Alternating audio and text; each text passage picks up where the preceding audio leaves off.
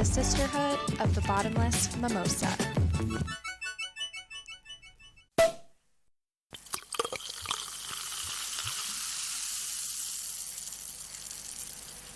What's up, friends? Welcome back to the pod. This is Melissa, and you're listening to Mimosa Sisterhood podcast, where we celebrate the world's greatest women. I am low-key tripping out because I just realized that this is episode number 70. And for whatever reason, 70 is hitting really different right now. I think I'm just feeling like I am inches away from episode 100.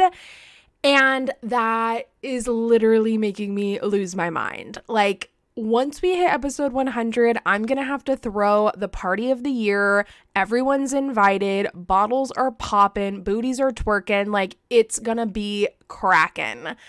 I don't know how I'm going to execute this mid-post-pandemic event, but you better believe I'm getting the party planning now. I am so excited. I'm equally as excited because 1 year ago today, I wasn't even sure if this podcast was going to survive.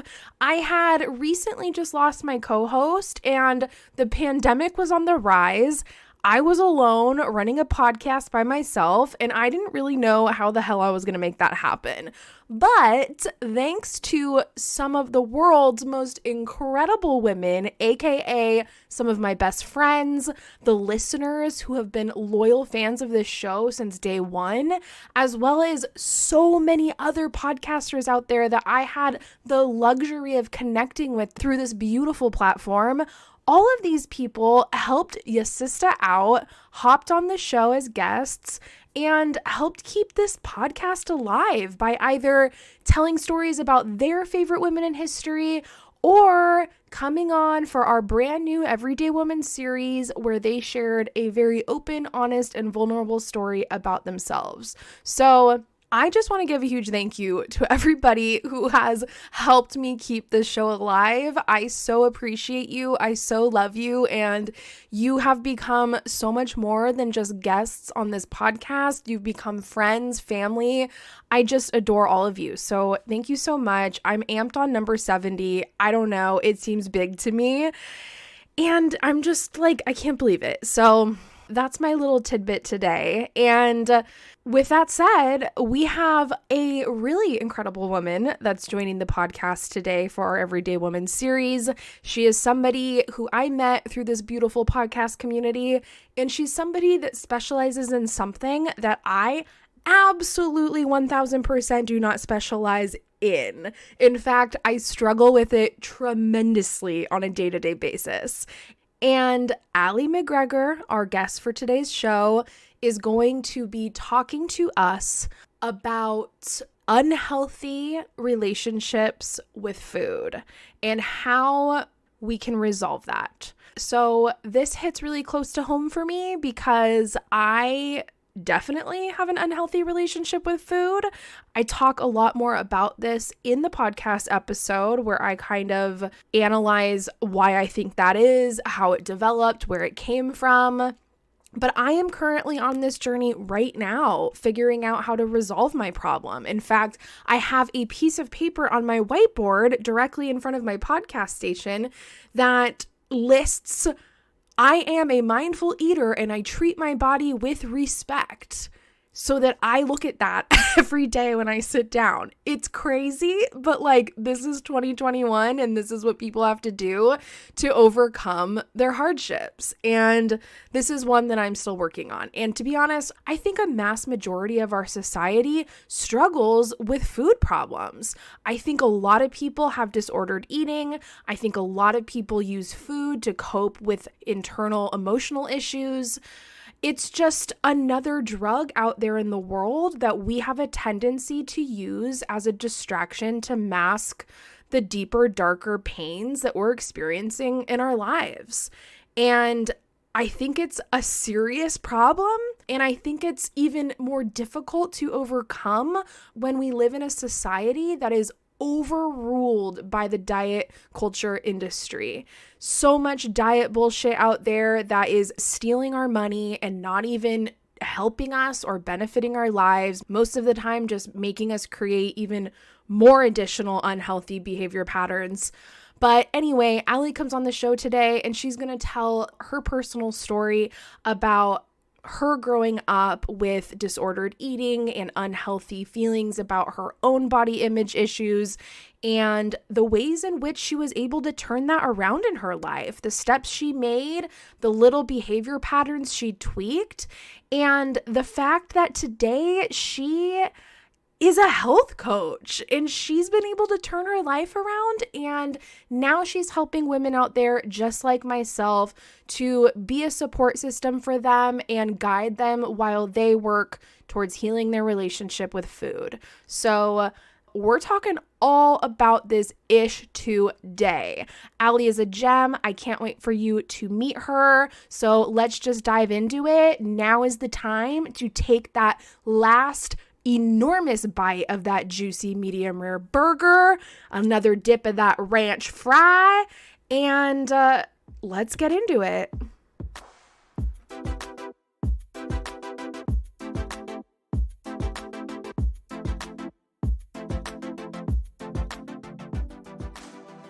Allie McMotherfucking-G is in the house. Allie, welcome to Mimosa Sisterhood podcast. I am so happy you're here. Hello. Oh my gosh, hello. That was the intro of a lifetime. I don't think anyone could top that.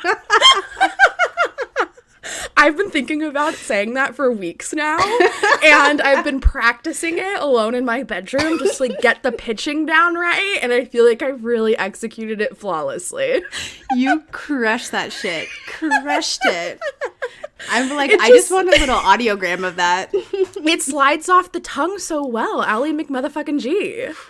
I love that. Yes, it does. Oh my gosh. If anyone calls me anything else, I don't answer anymore. I love it. Well, your real name is Allie McGregor. Welcome to the podcast. You are a health coach. You specialize in all things health, wellness, and fitness. Founder and CEO of Life Simplified, health and wellness company. And you have a podcast, Master It Podcast. You're the host. It kicks ass. That's how we met each other. We are long lost friends from the Almost 30 Podcast Accelerator program.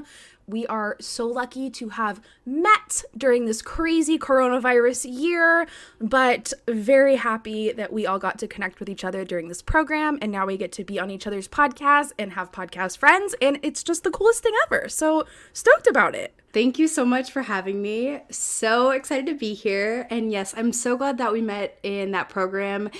It's so great to just connect with like-minded individuals and, just like spill the beans about behind the scenes podcast stuff, because I don't think anyone knows what goes on behind the scenes to produce one single show. And so to have other people who can just pick your brain and just be there and support you through it all is so huge. So I'm so glad we met. And hell yes. Yeah. It's I know. It's so fun because I've told you this 1,000 times already, but nobody in my life podcasts. It's just me. And so when I try to express things to my friends or my family or my boyfriend, and I'm just oh, the stress of this, or oh my God, this episode got fucked and now I have to spend 25 hours editing it and it's a disaster, and it's just noise to people. But when I can reach out to you or some of the other people I've met, you get it. So it's just awesome that we have a little circle, a little community of people that are just exactly like one another. People with the podcast trying to grow businesses and are working through all the kinks together and have each other to just support and feed off of and help each other out while we all grow together. It's so cool. So the word that just came up while you're saying all this was sisterhood. And to me, yes. that it's it's this community that really lifts you up when you're trying to go after something and not everyone around you necessarily understands, but they can help you work through it and hold you accountable to what you want to reach. So yeah, I'm so grateful to have met these people, especially during probably one of the hardest years of our lives. There was so much just shit going on.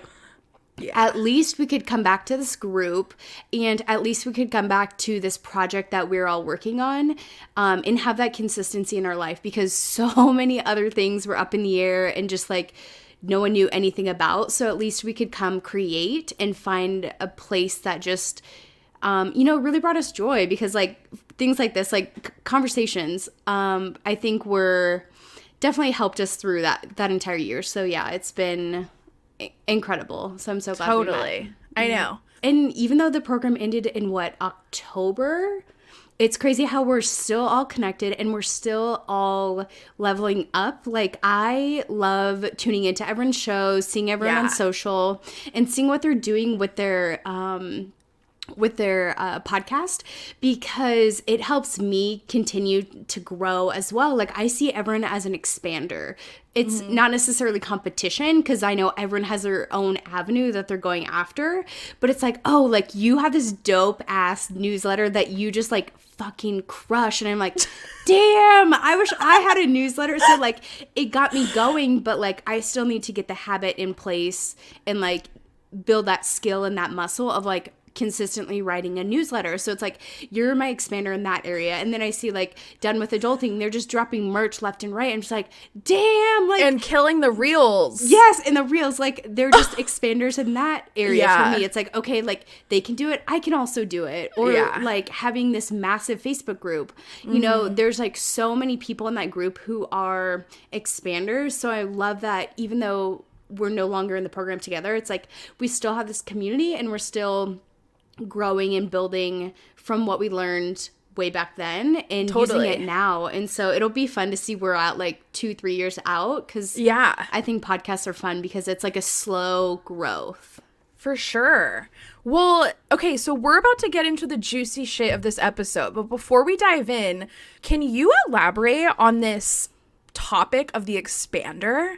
I want to know more about this. I've heard this term used before, and I have like an idea of what it means, but I feel like this is something that like resonates pretty deeply with you, and so I'd love for you to just explain to me and the audience of like, what is an expander? What does that mean? Do we all have them? Who has them? How do we find them? All of that. Excellent question. I forget because it's so, you're right, it is like a really big part of my life. I've been doing To Be Magnetic's work with Lacey Phillips. She has an amazing podcast. It's all about manifestation and doing all of like creating a life you love, basically through manifestation, like hypnosis, meditations, and journaling. It's just some dope ass shit. It's like super crunchy granola. I love it so much. So an expander is basically a mentor who is doing the same thing that you are doing, and they've done it before you, so it shows you that you are capable of doing it too. A lot of people have mentors, you know, whether that's in their professional life or a coach or things like that, where they're doing something similar, but maybe not exactly the same. So an expander is someone who's doing like something like maybe they have the same child upbringing as you, and now they're like this, you know, CEO of this big, massive health and wellness brand or whatever. And you can follow their path. And that shows you like every step of the way of like, even though you're enduring like some hardships and like hitting some roadblocks or whatever, like you can still work through those and accomplish what this person has accomplished. It takes a little bit to find expanders. So you might find fragment expanders is what she calls them, when it's only a partial expanders. So maybe this person didn't have the same upbringing as you, but they're doing something that you want to do now. So it takes a little bit to find people in your life. It could be men or women. Like I've had to pick a lot of expanders in forms of men for like money and money mindset kind of things. So it can be for like all aspects of life. So for example, this guy I went to college with, he makes like over 100K a year. I'm like, oh, he can do it? Like, I can do it, you know, like I used to write his papers in college, like I can do that shit, like come on, like, and so I think it just helps my self-worth of like, it's not this comparison thing, but it's like, oh, like they have paved the path, so like let me almost like I'm just thinking when you like ride a bike behind like a truck and it's like you tailwind them or something like that. But like basically streamline the process of like, oh, look what they've done. And then you go after it and do it too. Like it might not be exactly the same, but it's still possible for you to accomplish.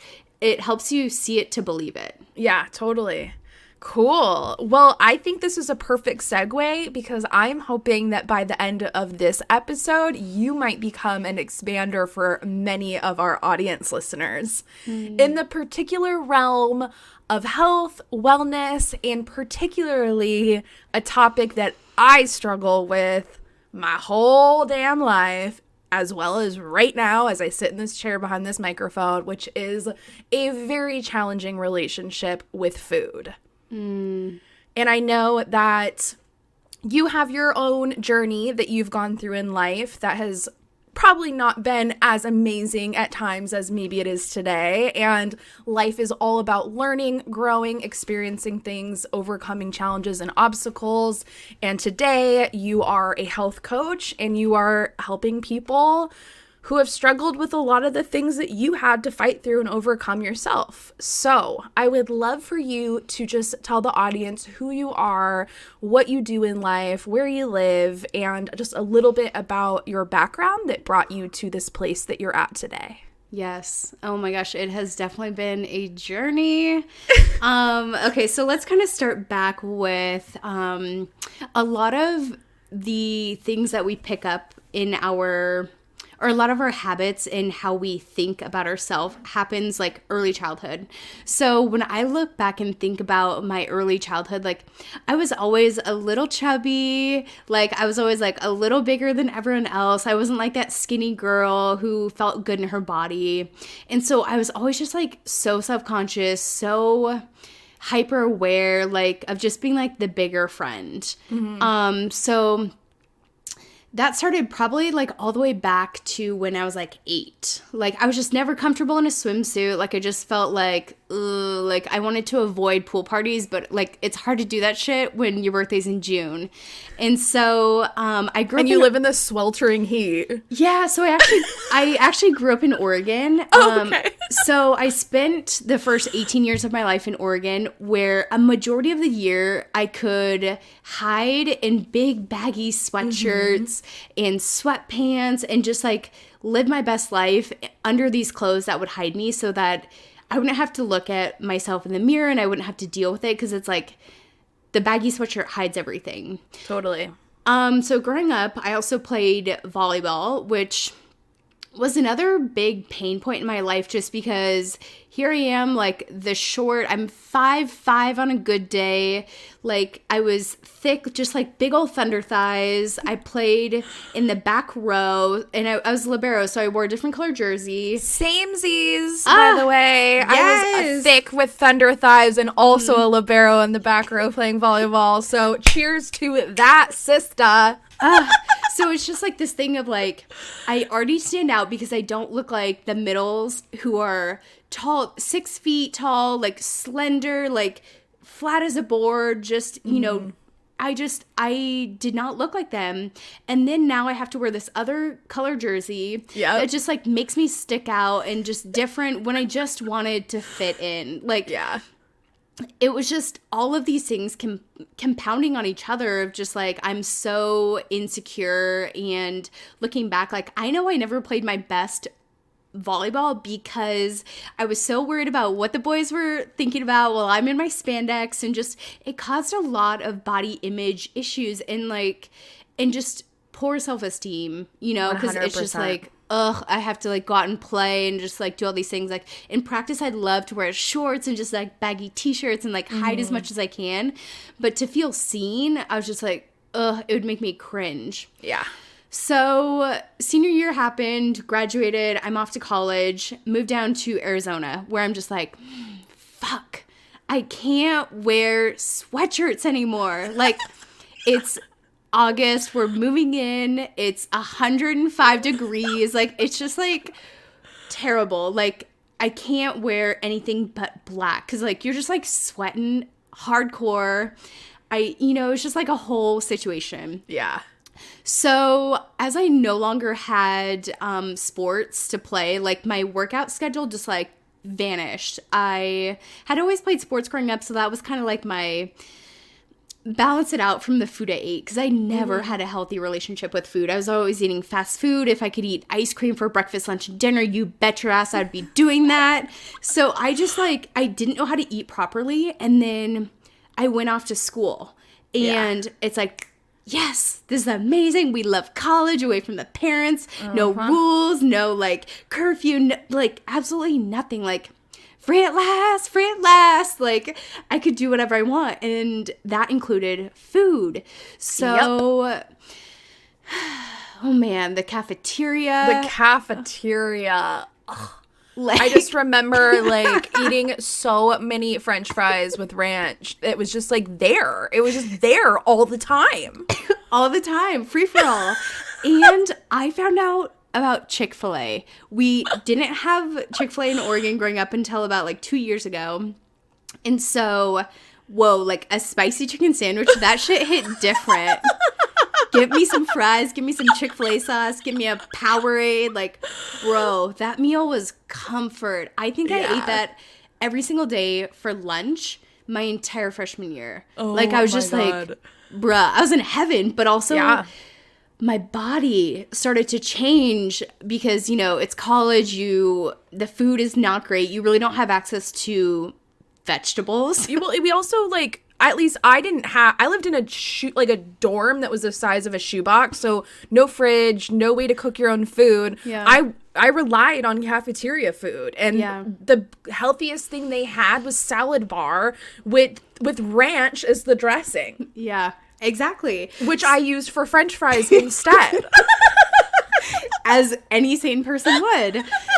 So it was just like this whole like shitstorm coming together, and it manifested in me gaining, you know, like 50 plus pounds in weight. Like it, and this was over maybe the next 2-3 years. Like I just no longer, I never felt good in my body, but now I really did not feel good. Yeah. I was like avoiding mirrors, more black clothes, like I had hair that was down to my butt, and it was literally this blanket, this security blanket for myself just to hide under, because I would get compliments on my hair so that people didn't have to look at my body. Yeah. So it was just like this whole like mess that I created myself, but I didn't know any better, because I was just I was in the like fight or flight mode, just trying to survive, navigate so many changes. And I mean, after graduating college, I graduated early. So by the time I was 21, I had like just graduated. So I finally knew what the bars were, continued to go out and drink, and just like more drunchies, more drinks, like just so much stuff, and like continued this pattern until I would literally avoid mirrors. Absolutely hated putting on jeans in the morning because it was just like so uncomfortable, and just hated every aspect of my life. So man, I finally was just like fed up, and I was like, I gotta do something about this. So I started working out, and I just fucking hated it because like it's not fun to run when you're overweight. Like it was just like my knees hurt, just everything, like this shit sucks, like I can't breathe. It's not fun to run in general.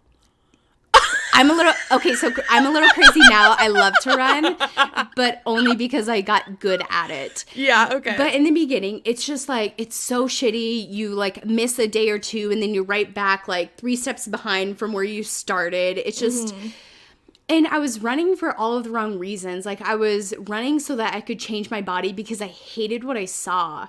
And I was just trying to outwork this diet, this piss poor diet that I had. And I was, you know, still eating the same way, but trying to outwork a bad diet. So I was upset because I'm doing all these things, but I'm still not seeing any results. So it was just like, what the hell? So finally I realized, I was like, oh, ding, like it's a food, you know? And so my relationship with food started to change. I started to try these new diets that I had never done before. And I didn't come from a household where my mom like did Atkins or like any of these things growing up. Like she really ate normal throughout her entire life. And then like as I was in my early 20s, I discovered like, oh, people at my gym were like doing paleo. And so I just like eat a shit ton of sweet potatoes and a ton of meat and bacon, and just like, it was so overboard, and I would just go all in, and it was just so extreme. And so I was working out, eating healthy in air quotes, and like still not seeing results. In fact, I continued to gain weight. I was just like, what the heck? Yeah. So, you know, you ditch that, you try something else. And now I go to the other extreme. I go to plant-based, where I just was eating plant-based because I was like, oh, this will get me thin the quickest. And I wasn't doing it correctly. I was like basically starving myself because I was eating so little food, working out so much, but I was like, oh, I'm getting results. Like, this is how like you finally can lose weight. And meanwhile, I just have these massive headaches. I'm so fucking cranky. I never go out to eat with friends because like that food doesn't fit in my little tiny box of plant-based food. And just like, I shut out my entire life to get skinny. And yeah, I lost a lot of weight doing this, but it was totally in the wrong way. Like at one point, I was so obsessed with stepping on the scale. I got on the scale and I almost fainted because I was like, holy fuck, I am gonna die if I keep doing what I'm doing, because everything was just so extreme and I wasn't finding a happy balance. So everything finally turned when I started asking for help. So I was working at this job in healthcare where they offered up a free health coach for like 8 weeks. And I was like, holy shit. I was like, that's so cool. Yeah, I was like, oh fuck, I'm gonna like jump on it. And I don't think anyone else I knew working at the company like took this opportunity. And I was like, what? Why would you not? Because like in the back of my mind, I was like, I know something is so wrong and I need help. And so it's just like, let me see what this is about. Like, let me just give it a shot. It's free, whatever. So at the same time, I had just started working with a therapist too. So between working with a health coach and a therapist, I was able to like vanish all of these like disordered eating habits that I had, start eating enough, creating balance in my life versus just, you know, these bumping back and forth between these extremes and just having these massive mood swings that went with them, and genuinely started to love myself from the inside out. So it was just this powerful transformation of going from super overweight to super underweight, and like literally lost boobs. Like I looked like a flat board. Like it was wild. I'll have to post pictures. And then finally like putting on some weight so I could sit in this healthy range for my body and everything I was doing. And it's crazy how once you start feeding your body what it truly needs in a good amount, everything starts changing. Like my anxiety was managed. I no longer had to control every situation in my life. Like a lot of things just dissipated because I finally took control of this relationship with food that was so, you know, disordered and was controlling my life because, I mean, God knows what reason, but it overtook everything. So finally asking for help, I was able to see so much change, and that honestly sparked my interest in becoming a health coach, was working with her. And it was like, oh my gosh, like I, who was someone who never believed in myself, that I could lose weight, that I could heal my relationship with food, that I could actually like look at a piece of chocolate cake and not like have to devour every single bite. Like if I can do this, like I want other people to feel this way too, that they can have peace around food, that they can love the body that they're in and lose weight in a healthy way. So that's kind of long-winded answer of like how I got to where I am, but definitely been a journey, definitely had some ups and downs. Will forever be a journey because I think a lot of the patterns that I created will be much like anxiety. It's kind of long lasting. So it's like you manage them consistently, but when you're on top of managing them, like it really is not a big deal. Totally.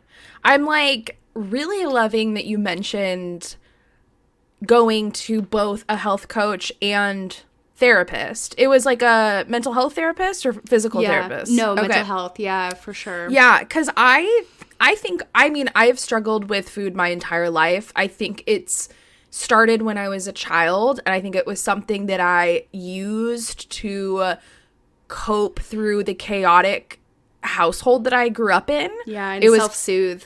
Oh yeah, it was a self-soothing thing. When I went to college, I actually didn't really have the worst relationship with food. I was just a party girl. I drank like a motherfucker, so I think I like switched there. It went to like alcohol and like other substances. Yeah. Food was less important. And then when I graduated college and I was an adult, food kicked back in. And so it's interesting because when I moved home, I actually got like my ass in gear. I started working out. I started eating healthy again. I was like, holy shit, things really spiraled out of control. And I was doing really well for about 2 years. And then I hit this like horrific year of my life where a lot of people in my life died, and I went through like a lot of traumatic experiences, and then it plummeted, and it's never gone up since. It's been in the shitter since 2017.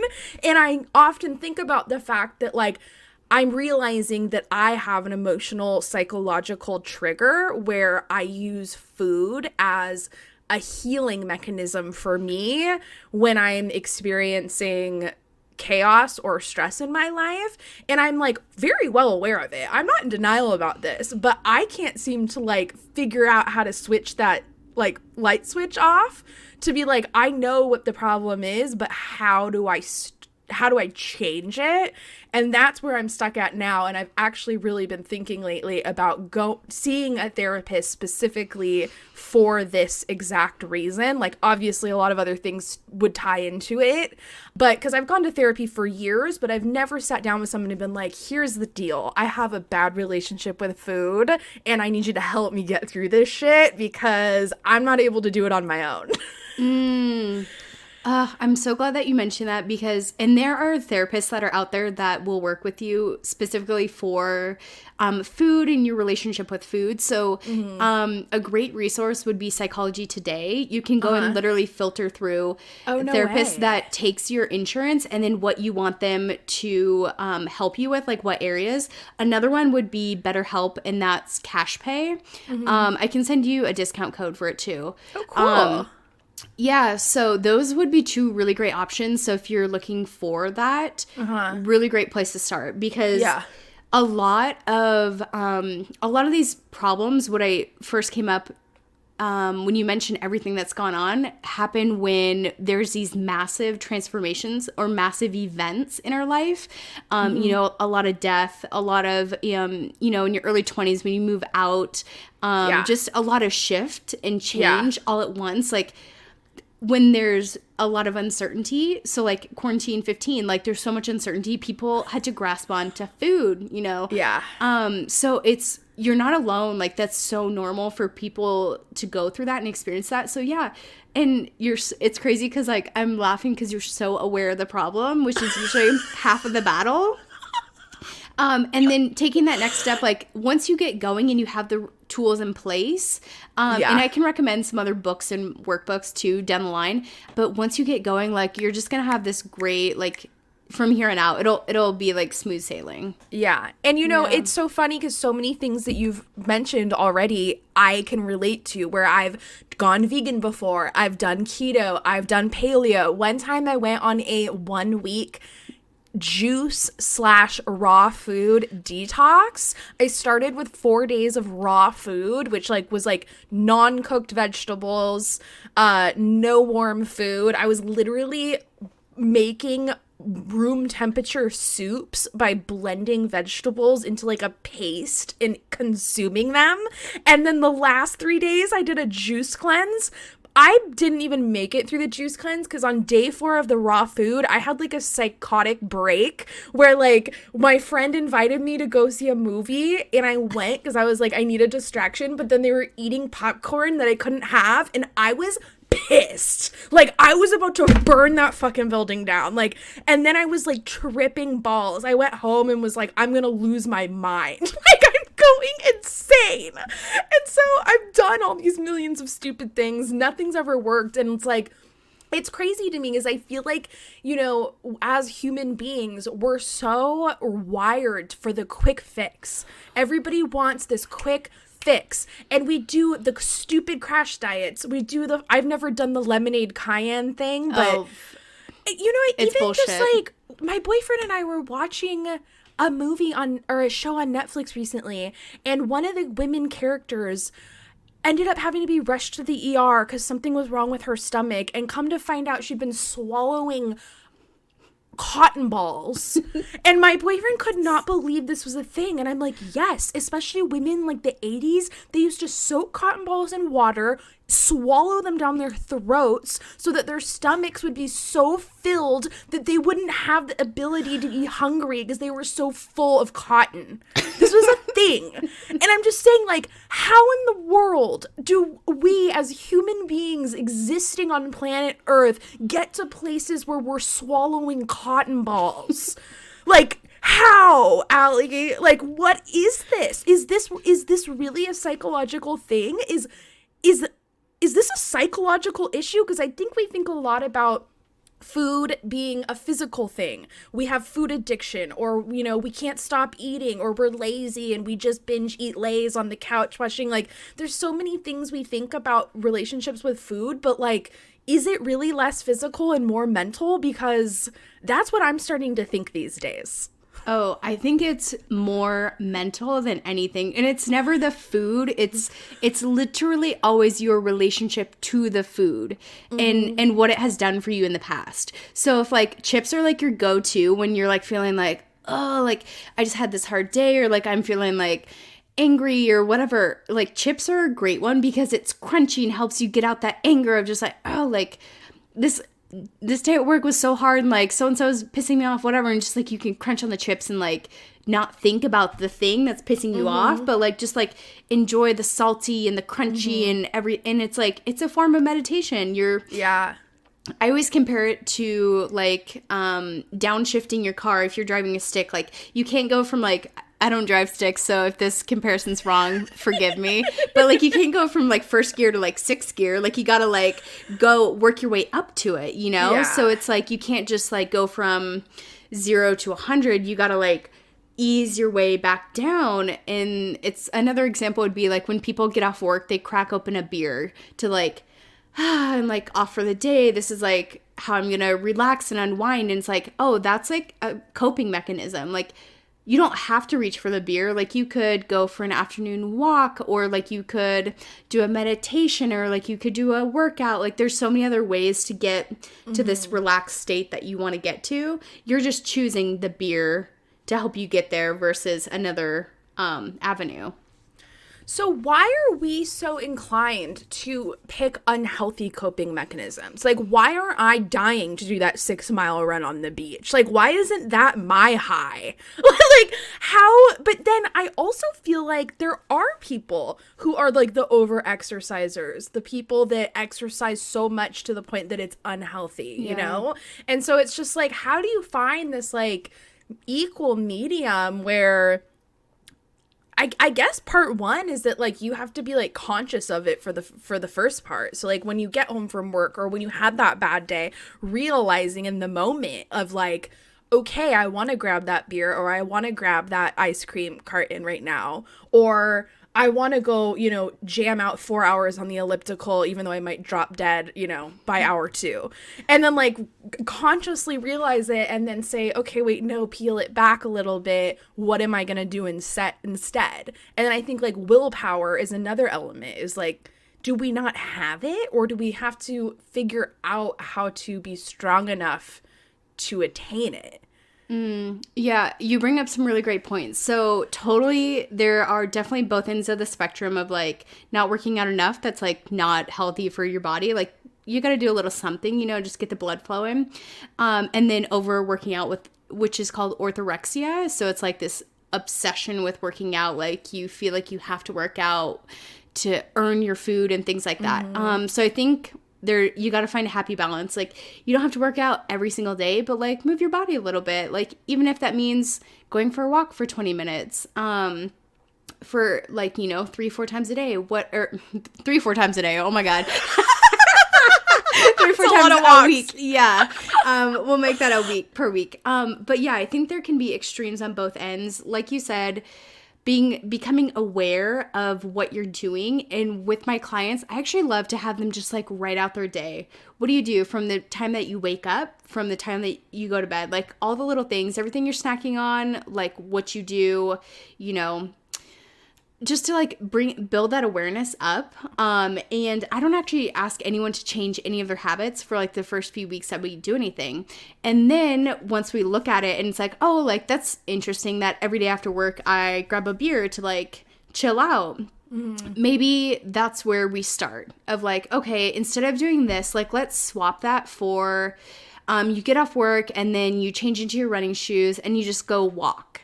You don't have to, and it doesn't have to be big. I think everyone makes these things, these goals and fitness things out to be massive. Like instead of thinking you have to go for 4 hours on the elliptical, like go for a 10-minute walk and just see how you feel. I love to like set the bar so fucking low that like you just do it. And maybe it's not even 10 minutes. Maybe it's just like 5 minutes, or like maybe it's just you put your shoes on, you walk around the house. Like whatever, you know, whatever gets you to take a step in the right direction is what we want you to go for.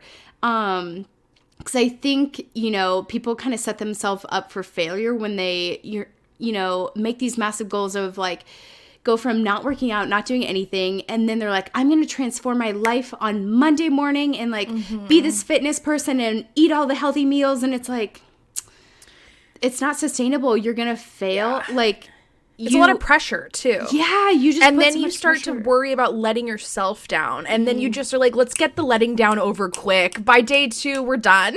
Yeah, you know. Yes.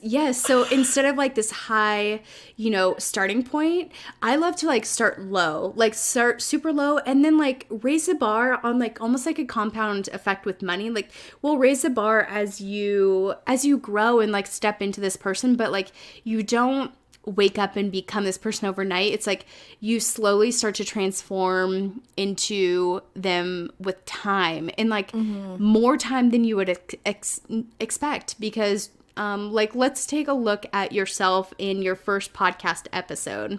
Are you the same host that you were with episode number 1 that you are right now? No.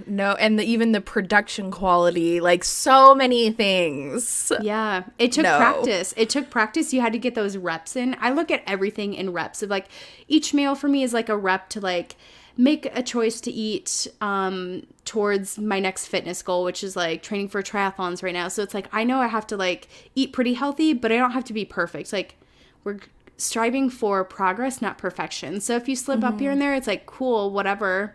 It happens. You're human, not a fucking robot. I think we forget that a lot of like we can't be perfect. And then you're going for a majority of the wins. So it's kind of like voting. Like you don't have to get 100% of the votes to win. Like you just got to catch a majority, and you'll start to see you know, results sooner than you think. Like I think people think results are so far out there that like, and people set results weight goals based on like weight loss or things like that, and it's like I love to switch it and let's do non-scale victories. So maybe you shoot for doing 5 push-ups, and that could be from your knees, and it's like once you get those 5 consistent push-ups in a row, like that's better than you on day 1 when you maybe could have done 1 or 2. So I think building from there and, you know, focusing on everything but the scale can help you start to shift and build that momentum within yourself, so that you're no longer letting yourself down when, you know, you might have done that before, but now it's like, no, we like are cultivating that confidence from within. And then once you get going and you see results, it's almost like you start to do it on your own. You don't have to have this huge like drive behind you to like get going. It's just like you want to get better, and just like from within, the motivation is no longer external. Yeah. I really like that idea of like not using the scale to determine your success, using like actual physical proof, Like whether it's like, last week I could do 10 push-ups, this week I did 20. Like finding other ways to show yourself that you are improving, that you are growing, that you are in the right direction. Because you can step on that scale and if it's not what you thought it was, it's such a disappointment. It's such a letdown. It's such a slap across the face that it could be the one thing that just makes you decide today, there's no way I'm going to be able to do this. This scale just proved that to me today. Why would I even try tomorrow? Yes, exactly. And like in non-scale victories could be like, oh, like my shirt fits looser than it did like the other week. Like, huge win. And you didn't have to step on the scale to like see that. Yeah. Because a lot of times when you start incorporating in fitness to your routine, like your weight is actually going to go up because muscle is heavier than fat. We're just going to put it out there. And I also want to say, weight is only one single data point in your health. Like the health is this huge, all-encompassing, like so many things to it. You can't just pick one data point and be like, this is the one that we're getting fixated on. Like it doesn't work like that. There's so many other things. Like if we're getting honest, like, okay, you need to go to a physical with your primary care doctor, like labs, blood tests, like all these things, like need to be evaluated versus just your weight. Your weight is just like where you're at. And honestly, I threw my scale out because it was so unhealthy for me to like deal with it and just have it around. Because it was more temptation of like, let me just see what I'm going to be in the morning. But then your morning weight is so different from the evening. And also like newsflash, it's normal to fluctuate 10 to 15 pounds throughout the day. Just being a woman, like it's how our body is, and just that means you're eating food, that means you're drinking water, like you are a normal living human being.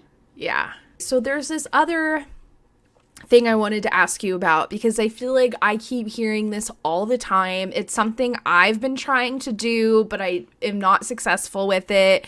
And I just need to know, like, is the hype real? And if it is, help explain it to me. And what I'm talking about is intuitive eating.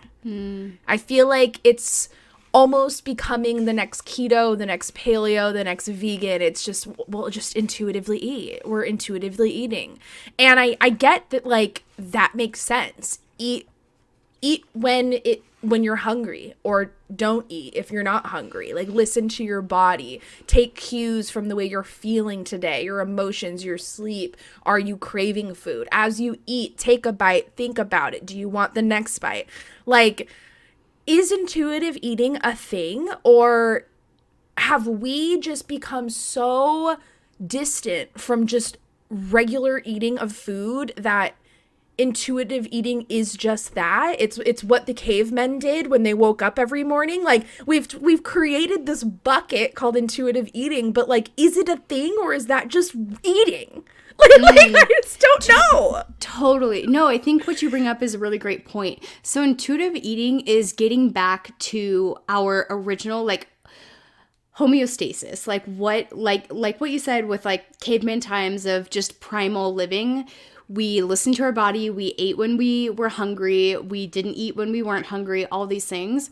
And so when you actually go on diets, you mess up not only your hunger cues, but what your brain chemistry and your mind body connection. So, let's go with fasting. So fasting, a lot of people would only eat from the hours between 12 and like 6 p.m. And then the rest of the time they're fasting. Well, what happens when you're starving at 8 or 9 a.m.? You have to stick to the fasting rules, discard your body's natural hunger cues of like, it's screaming at you saying, I need food, I need all these things, like feed me. And we're like, I gotta push off 4 more hours until the clock ding hits 12. Now we may eat. And then, so by that time you're ravenous. You're just like stuffing your face with food because like it's a first chance that you can get to eat. And then more often than not, we overeat because we're not listening to our body once again. And so now we're stuffed. We're tired. It feels like Thanksgiving. You just want to go lay down and take a nap.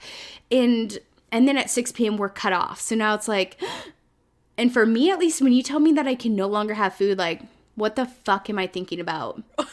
Right. Food. You're like giving side eye to the kitchen as you walk by, like, fuck you, kitchen. Yeah. Yes. And like, it's like when you tell like a toddler, like, things are off limits, like, they go and run to the thing that's off limits. Like, they just have to have it. And so it just creates all these boundaries and these restrictions with food. And like, I mean, all these other diets look the same, right? Like plant-based, like, okay, the restriction around meat and X, Y, and Z. Like, you could go down the list and we could point them out. But intuitive eating is really removing all these labels around diets, and finding what your body feels good with. So if that's eating protein, animal protein, great, then eat the animal protein. Like, we don't have to eat plant-based because like society is telling us to eat plant-based. Like, if you feel better when you eat plants and plant protein, great, then do that. But like, listen to your body. And sometimes it takes us time to get back to that normal state. And then relearn, I should say, our body's natural hunger cues, because for so long we've just been neglecting them that we don't know what's good, what's bad, what should I listen to, how do I feel before I eat, how do I feel after I eat. Like, we have to treat ourselves like toddlers to like relearn just how to eat normal again, because we've like fucked ourselves up so much. It's nuts. Like, I just can't believe it. And I feel like I just don't understand how this happened. It's like, again, going back to the hunter and gatherer days when we literally had to eat to survive. And now we live in a world where there's more food that we're almost killing each other by not killing each other, killing ourselves by over consuming. And it's just like, how in the hell did this happen? Like, I just don't understand how something that is a natural requirement to stay alive has gone through such a twist and turn that it's completely attacked our mental, psychological state, tricked us into using it in unhealthy coping ways. And now it's like an entire industry was built around solving the problem, in which many of the potential solves aren't even solving shit. They're making matters worse by teaching us even worse coping mechanisms. And it's just like, why can't we just eat food like normal again? Well, because in the diet industry wouldn't exist, that creates billions. Like, it's nuts. So yeah, it's definitely it's a journey back to ourselves, because I feel like we kind of lose ourselves in society and everything that they sell to us, and we fall victim to it because they offer quick results, this plan, it'll get you there, these awesome abs, like, you'll feel amazing, blah blah blah. But once you go off that diet, like, the weight comes back, you feel just as bad, if not worse. And a lot of times people gain more weight back than they originally started at, because they're just off the rocker, because they can finally enjoy food that they couldn't on the diet. So it's just like, right? it creates this like ebb and flow and this binging and purging. And it's just like, it's just exhausting. So we just have to literally go back to the basics. We're not dieting. We're not limiting ourselves. We aren't restricting one thing over the next.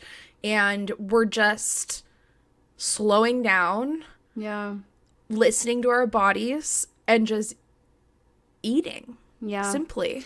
And it, yes, exactly. And it takes a lot to get there, because a lot of us have created such huge restrictions around food. Like, for example, I had this weird tie with like avocados. I wouldn't eat them because they're fat, and I thought they would make me fat. So I swore off avocados. So I had to reintroduce avocados and guacamole like slowly into my life. Like, sometimes I'd make this bomb-ass guac and I'd look at it and I'm like, no. And I'd throw it away because, yeah, I know. Because I just had this weird relationship. I was like, I know it's good for me, but I'm just not there yet. Yeah. But now I'm just like shoveling avocado left and right in my throat. And so it's just like, it's fun to see the growth happen, because it can totally happen. It just takes time to like find peace with food, or another example would be carbs. Like, how many of us like, no, I'll get the In-N-Out burger, like protein style, With like the lettuce. Bruh, fuck that. Get your bun. Like, come on. Like, we don't have to be scared of carbs. You know, it's energy. Our body does need energy to exist and thrive and function and think and do all the things. Oh my God. You know, there are things that I do, habits that I have that I'm fully aware of and conscious of, and I can't stop doing them. Like, for me, I cannot throw away food if there's leftovers for the life of me. That's a big one. Like, like, I will get offended. Like, I have had to set a rule in my house. If you have leftover food, it does not go down the trash can or down the drain. Putting it in a Tupperware, I'll eat it for lunch tomorrow. Like, I won't allow food to go to waste. And I don't know where that comes from because I never was without food growing up. Like, we didn't have a food shortage in my house, so I don't have like a strange tie of like growing up and like not having enough food. So now I'm like making sure that we don't get rid of food. There was more than enough food. But yet over the years I've developed this obsession of where I can't throw out leftover food. And I don't know why. And it will drive me freaking crazy. And I'm just like, where does that even come from? Yeah. Yeah. And sometimes we don't know. I would invite you to journal about it. It sounds a little silly, but like just free write, and just try and remember back to the first time that started and see where it takes you, see where your mind goes. And it might not come up the first time you do this, but like do it a few times when you have a moment and just see what happens from it. And you would be really surprised if, like, once we take time to slow down, think about it, and just kind of get in our own clear space, something might come up and you're like, oh, like, at that moment, that's when I kind of, like, started doing that thing. And, like, and now look at where I'm at. And then you can do, like, little things like start to practice throwing out some food, you know, just, it doesn't have to be big, but like it can just be small, or like get some yogurt that's expired and you're like, I'm just gonna throw it out, like, you know, like just start small. It doesn't have to be this massive shift, like anything, like start so small that you don't even realize that you're doing it, and then you just have to build the confidence in yourself and like and rewire your brain of like, oh, it's okay to throw out food, you know, and leftovers. Like, we don't have to consume all of them. I was really similar about clearing my plate. Because I used to think I had to clear my plate all the time, even when we went out to restaurants and all the things. And now I purposely leave a little bit of food of everything that I'm eating, because I'm just like, I know that I don't have to finish this. If I'm super hungry, yeah, sure, I'll finish it. But a lot of times, like, the portions are massive. Like, I don't have to finish it. So I don't. And that's kind of just, like, my little check-in. But, yeah, I tried journaling. It's just nuts to me that, like, we do live in a world now where we have to journal why I can't throw out food. Yeah. Like, it's just crazy to me, but it's a real thing. And I'm all about the therapy. I'm all about the journaling. Like, I journal every morning when I wake up. And I'm super big into it, but I'm definitely fully aware that this is an area in my life that needs more further attention, which is, of course, why you're here, because I knew that you have such experience with it and could provide so much insight and perspective just about, you know, why and how this happened and how we can work towards resolving our relationships with food. But I also wanted to ask you a little bit more about Life Simplified. So I know you have these awesome yoga mats that you've developed and are available for sale. And tell us all about Life Simplified and also your podcast. Yeah, of course. Thanks so much for asking. So Life Simplified is my health and wellness brand. So under it, I have a few pillars. I have my individual coaching. I sell yoga mats that are luxury premium yoga mats at affordable prices. And then I have the Master It podcast. So the yoga mats started after I was first introduced to yoga in 2016, and it has been a transformative piece to my story in terms of having this form of movement meditation to really observe all of my thoughts and just kind of have so much fizzle up from my early 20s of like, why am I doing the things that I'm doing, and like, how can I start to create change? Like, so much processing and growth happened on that mat, not just physically with the postures, but internally. And it was just a way for me to escape and figure out everything that was swirling and going on in my brain. So I fell in love with yoga then. And then as I'm going to these classes, I just realized how much of a barrier to entry just getting to yoga class was. So like classes could be anywhere from $19 to $25 to $30. Like I've paid so much fucking money for yoga. Like it makes me want to throw up. And then, so that's just getting to class. To get to class, you gotta take a mat as well. And so a lot of mats range from, a lot of good mats, I should say, range from $80 to $180. It's That's insane. A little nuts, right? Like, so I did not know they go up to $180. Oh, yes. Like it's just disgusting. And now that I'm on the other end of it, I see right through this shit because it's all just markup. Like it's all this brand and it's all just their markup. So I was like, I see that this just eliminates a lot of people from getting into the studio and experiencing this massive transformation and just this beautiful experience that you can have on the mat and whatever that might look like for you. So I was like, I gotta create something to like help people get there that's an affordable option. So it's kind of been my quarantine project. And I created Life Simplified yoga mats. So they're comparable to these big brand names, which I'm really proud of. But they're offered for under $50. So really affordable. They will last you years and years. And I'm so proud of them because I want everyone to experience yoga and have the best experience possible. So you're not like slipping and sliding around and just like worried about your mat versus like worried about focusing on class and what you're doing there and dropping into the practice. And so it's just been a really fun project and introducing more people to yoga who wouldn't necessarily do it otherwise just because a mat could be so expensive. So those can be found on lifesimplified.shop. And I can plug all my handles at the end as well. But yeah, I'm really proud of that. The Master It podcast is a health and wellness podcast that is just honest and real conversations. We, just like this, we talk about real shit in real life.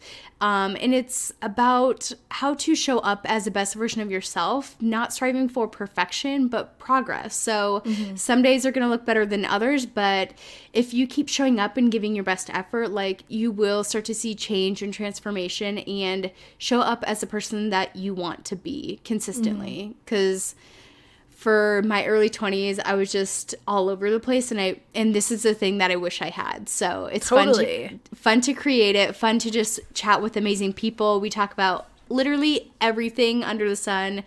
Body image, we've had physical therapists on there, yoga teachers, Pilates teachers. Anything under that umbrella, we're talking about it. It gets real, it gets honest. And so I hope people learn from that and just enjoy the conversation. And honestly, I hope they feel less alone when they listen. Totally. Yeah, I always think about that all the time. It's just like today, there are so many resources for people. They have access to so much great content. And that's what I love so much about podcasts, whether it's mine or yours, is that real people with real experience and real stories can just speak to their life and their experiences and their challenges and their growth opportunities and their development. And somebody on the other end could be getting the information they need to heal. And it's just so powerful. And I am so excited about it. And I just am also mildly jealous that I didn't have that growing up. But yeah, it's just, I really hope that anybody listening to this podcast right now, if you do feel like the content that we're talking about resonates with you, absolutely check out Allie's podcast, Master It. There's so much great info there, content there, resources there to help guide you through the challenging life that we all live, because life is hard. And like, I feel like it just keeps getting harder and harder as the years go on. Yeah. Like, it's just complicated, you know? Yeah, it's hard. And then you have social media intertwined with it. And people are only posting their highlight reels. And it's like, Yeah. bruh, that's not real life. Like, Yeah. real life is connecting with people, having genuine conversations, and like going through that struggle, but then also knowing you're resilient enough to come out on the other side and stronger because of it. So yeah, yes, I agree. I think having these platforms have been amazing, and I genuinely know that we are helping transform people. So Totally. it's been fun. Well, what advice would you have for your childhood self? Like, if you could go back in time and look at Allie at like 16 years old, like right when she, you know, was probably getting into that bad, healthy mindset, and like it was starting to just get worse and heavier, and you're about to go off to college in a couple of years, like, what would you tell that young Allie today based off of the things you've learned about yourself and life? And yeah, what would you say? This is such a good question. A lot that comes up of like, you don't have to be in control of everything, and learning how to release that grip on control would be huge. Because I think that shifted around in a bunch of different aspects of my life. So learning how to just like go with the flow and not getting stuck in these grooves and these ridges for so long would be huge for my 16-year-old self. So I'd probably say that. Yeah. And then because I personally believe that we're always evolving in life, you know, like we might have accomplished major challenges, but that doesn't mean that there aren't more right around the corner. So for you personally, like, what other dreams or goals are you still working towards within your own self and your own personal development? This is such a good one. So for my health and wellness brand, continuing to build that out and continuously growing that. I'm learning that business can be fluid and grow and evolve and shift and change as the time comes and goes. And as I grow, like, what I offer now probably won't be the same as 5 years from now, or even 3 years, 3 months from now. Like, I'm currently in my yoga teacher training, so eventually I want to offer virtual yoga classes and things like that. And so like, my business will continue to evolve and grow. So I think it'll be fun to just see and watch that unfold as I continue to grow. Personally, I'm training for a triathlon right now, so that's coming up in May, so I'm really excited about that, and I just continue to push my, like, physical limits, so, like, the distances continue to get longer, and things like that. In my personal life, I think just continuing to manage my mental health on a daily basis. I mean, a good thing my counselor just, like, canceled me. She's like, we don't have anything to talk about anymore. Like, you're canceled. So I think that's a good sign of my growth, right? Yeah. But being able to just, like, cope and self-soothe on my own versus, like, having to take everything to someone else has been huge. I mean, I will probably need therapy in the future. So it's not totally done with and for life. It's just like this season of my life. I don't really need it. But I mean, I'm always continuing to grow, like podcasts, books. I love books, so send me all your recommendations. And just like continuously to evolve, but at a good pace. I always love to go all in. I think we can realize that from my personal relationship with food of like these extremes. I always love to just like do everything like balls to the wall, just like jump into the deep end. And it's like, life is like pretty long. Like you can just do like one thing at a time versus like trying to start a podcast and do the triathlon and do the yoga and blah, blah, blah, blah. And it's like, breathe, woman, just like do one thing at a time. And it's like, I currently say to myself, jack of all trades, master of none. And it's like, maybe you could be a master of something if you just put the time and energy and effort into one thing versus like trying to do all the things. And like, it's kind of like in business, you go, instead of going, a mile wide and an inch deep, go a mile deep and an inch wide. So I think I'm trying to grow and step into that version of myself versus trying to do all the things and wear all these hats. Yeah. And really just kind of refine who I am, because I think I've built a good base, but like I'm 25, like I feel like I'm just catching my stride right now. Like by the time I'm 30, like I hear about your 30s and like I hear it's wonderful in a whole different time, but like now I'm just going to enjoy practicing and just practicing what I'm already doing so that I can continuously getting better. So, and up leveling. So yeah, that's totally kind of where I'm at right now.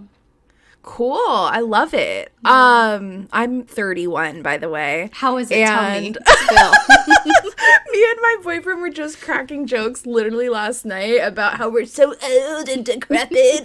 Because, like, I threw out my back doing nothing. Like, he threw out his neck, like, drying his hair out of the shower. Like, we're just, like, we're crumbling. And I think that's just what happens. Like, I don't understand why, because I feel like 30 is not even old.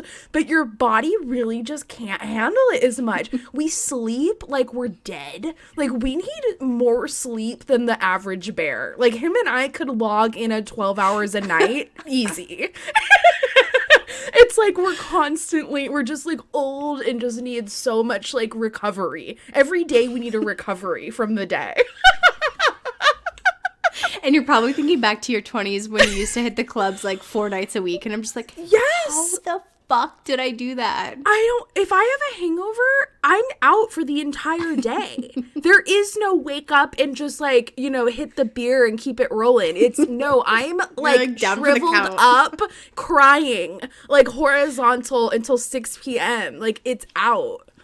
So yeah, just at least you're preparing yourself. You're healthy. You're doing your triathlon, so you're good. I'm trying to start that now at 31. So it's a little harder. But that's actually great, because my next question was gonna say, what advice do you have for the person like myself who is aware or even not aware that they have an unhealthy relationship with food, and they're ready to take that step? Like, what is that next step? And I know that you've already told us, like, just take it small, baby steps, don't rush, but like anything else that you would add to that to be like a good first batch of advice when they take this next, step in the next direction? Yeah, totally. I wish I would have asked for help way sooner.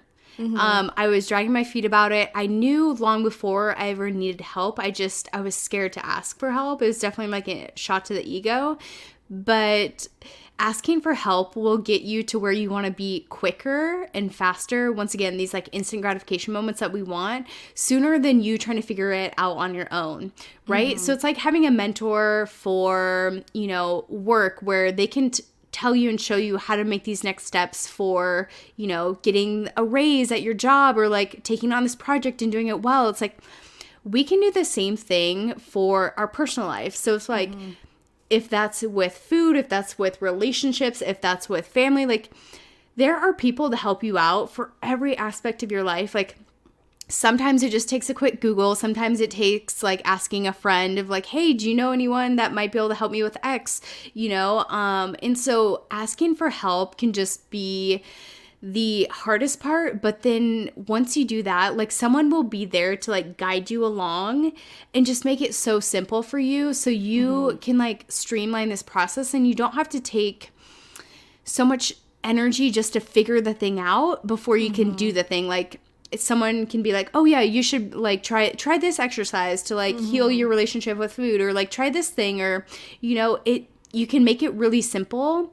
And health and wellness should be simple. So I would say just start asking for help sooner. And if you don't know anyone, ask me, and I could probably find you a recommendation somewhere.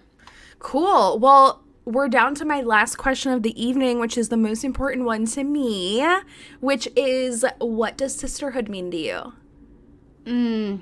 Sisterhood means to me community over collaboration, and just having this group of women around you who will lift you up, support you, and who will also lay down thick when you need to hear it. Right? Because, like, all for the hype woman in my life, but I can't just have that. Like, I need to hear, like, the not so good stuff, because I think in that moment, like, the constructive criticism is where we grow. Like, I can't just be, like, shouting from the rooftops, like, hey, I'm doing this great thing. I have this awesome business idea, XYZ. And if no one's telling me, like, hey, like, you might want to tweak a few things here and there to do it better, like,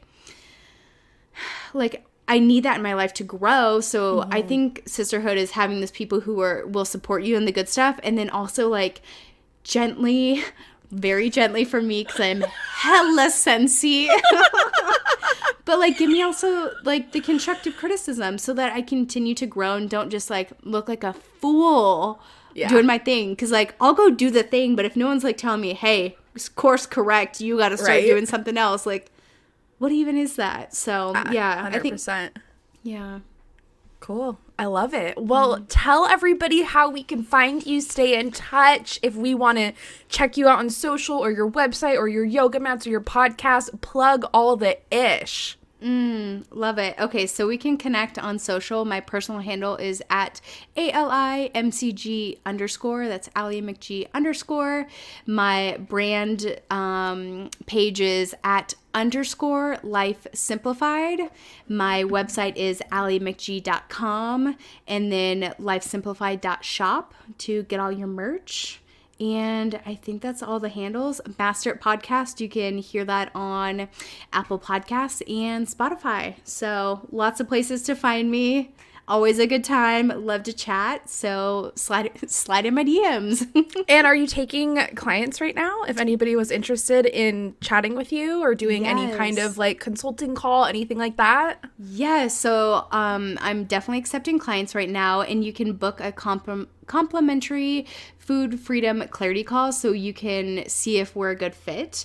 And then if you feel right, I can share more about the program. So yeah, would love that. Cool. Thanks, Allie. I'm so happy that you were here and we got to do this. I am so appreciative of you sharing your story and just lend a helping hand as we all just figure this shit out together. It's freaking hard. It is hard, but together we can make it happen. Oh my God. Allie McMotherfucking G is a motherfucking gem. Am I right, y'all? That was such a great episode. I truly love that conversation with Allie. Obviously, it resonated very deeply with me. And if it resonated with you, or you feel like it's a message that one of your loved ones could benefit a lot from, please be sure to send it over to them via text, via email, on social media, and spread the Mimosa Sisterhood word, because we have an awesome show with a lot of incredible guests telling their very open and honest stories about their lives, and it could really benefit a lot of people out there in the world that currently don't know that we exist. So as always, share it with your friends, your family, your loved ones, your social media followers, and if you have not already, swing by Apple Podcasts and leave us a 5-star rating and review, and sign up for our monthly newsletter at mimosasisterhood.com, and you will receive a super cute postcard sent direct to your front door. All right, guys, thanks for tuning in to another episode yet again. I cannot believe we just hit episode number 70. Like, what? That is so crazy. Thank you so much for being here, for reaching out, for showing your support, and for sticking along on this wild ride. Love you guys. See you next week. Bye.